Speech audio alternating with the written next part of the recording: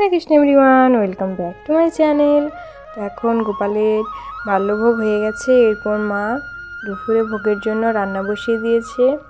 তো আজকে হবে 5 তরকারি, তার জন্য বেগুন আর আলুটা আগে ভেজে নিচ্ছে।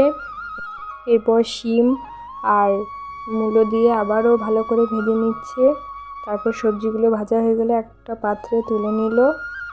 এরপর ওই কড়াইয়ে আর একটু তেল দিয়ে লঙ্কা, জিরে, আদা বাটা দিয়ে ভালো করে নেড়ে নিল।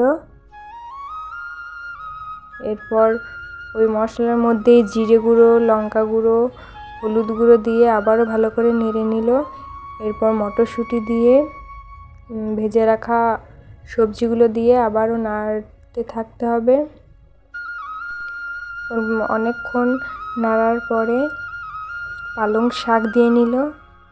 পালং শাকের সাথে সবজিগুলো ভালো করে নেড়ে নিল। এরপর এটা ঢাকা দিয়ে রেখে দিতে হবে কিছুক্ষণ সেদ্ধ হওয়ার জন্য। তারপর ঢাকা খুলে একটু জল দিয়ে নেবে আবার ভালো করে সেদ্ধ হওয়ার জন্য। আবার ঢাকা দিয়ে দিতে হবে। এরপর ঢাকা খুলে একটু চিনি দিয়ে নিতে হবে। তারপর আবারও একটু নেড়ে নিতে হবে। তারপর বড়ি ভাজা গুঁড়ো করে তার উপর দিয়ে নিতে হবে, তাহলেই তরকারিটা রেডি হয়ে যাবে। এরপর টমেটো রসা করবে, তার জন্য আলুগুলো আগে ভেজে তুলে নিল। তারপরে ওই কড়াইয়ের মধ্যে টমেটো, জিরে গুঁড়ো, লঙ্কা গুঁড়ো, হলুদ গুঁড়ো দিয়ে ভালো করে নেড়ে নিচ্ছে। আর অনেকক্ষণই নাড়তে হবে যতক্ষণ না টমেটোগুলো নরম হয়েছে। তারপর টমেটোগুলো একটু নরম হয়ে গেলে তার মধ্যে ভেজে রাখা আলুগুলো দিয়ে আবারও নেড়ে নিচ্ছে। এরপর জল দিয়ে এটাকে ফুটতে দিতে হবে। এরপর ধনেপাতা দিয়ে নিল, তাহলে তরকারিটা রেডি হয়ে গেছে। এই দেখো এখানে সব রান্নাই হয়ে গেছে। এরপর দিদি গোপালের জন্য ভোগ সাজাচ্ছে। তো পেঁপে ভাজাটা তোমাদেরকে দেখানো হয়নি। আজকে পেঁপে ভাজা হয়েছে, টমেটো রসা হয়েছে আর 5 তরকারি হয়েছে। তো এটা দিয়ে গোপালকে ভোগ দেবো। দেখো ভোগ সাজানো হয়ে গেছে। দেখো ভোগ দেওয়া হয়ে গেছে, তোমরা ভোগ দর্শন করো আর গোপাল সোনা দর্শন করে নাও।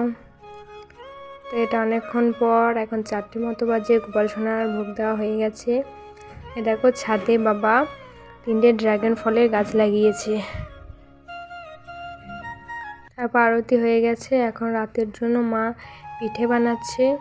তার জন্য এখানে চাল গুঁড়ি গরম জল দিয়ে ভালো করে মেখে নিচ্ছে। ময়দা যেভাবে মাখে সেভাবে মেখে নিচ্ছে।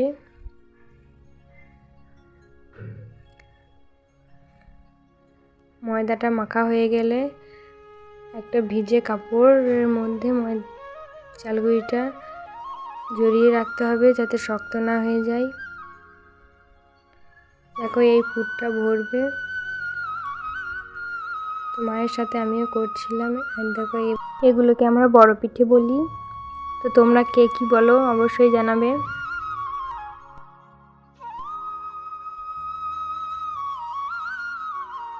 এই দেখো সব কাটা পিঠে হয়ে গেছে। এবার একটা কড়াইয়ে গরম জল বসিয়েছি। এই গরম জলের মধ্যে পিঠেগুলো ছেড়ে দিতে হবে, মানে সেদ্ধ করে নিতে হবে।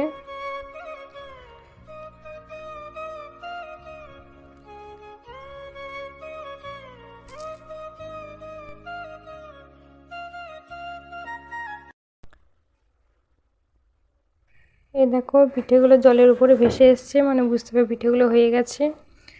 এরপর পিঠেগুলো মা তুলে নিচ্ছে। তো এরপর পিঠেগুলো তেল, হলুদ, জিরে, লঙ্কা গুঁড়ো, ধনেপাতা দিয়ে ভেজে নিতে হবে, তাহলে পিঠেগুলো রেডি হয়ে যাবে। তো কোনো কারণের জন্য আজকে ভোগ দর্শন করাতে পারিনি। ভিডিওটা এই পর্যন্ত। এই ভিডিওটা ভালো লাগলে লাইক করবেন, কমেন্ট করবেন। দেখা হচ্ছে পরবর্তী ভিডিওতে। ততক্ষণ সুস্থ থাকবেন, ভালো থাকবেন। হরে কৃষ্ণ।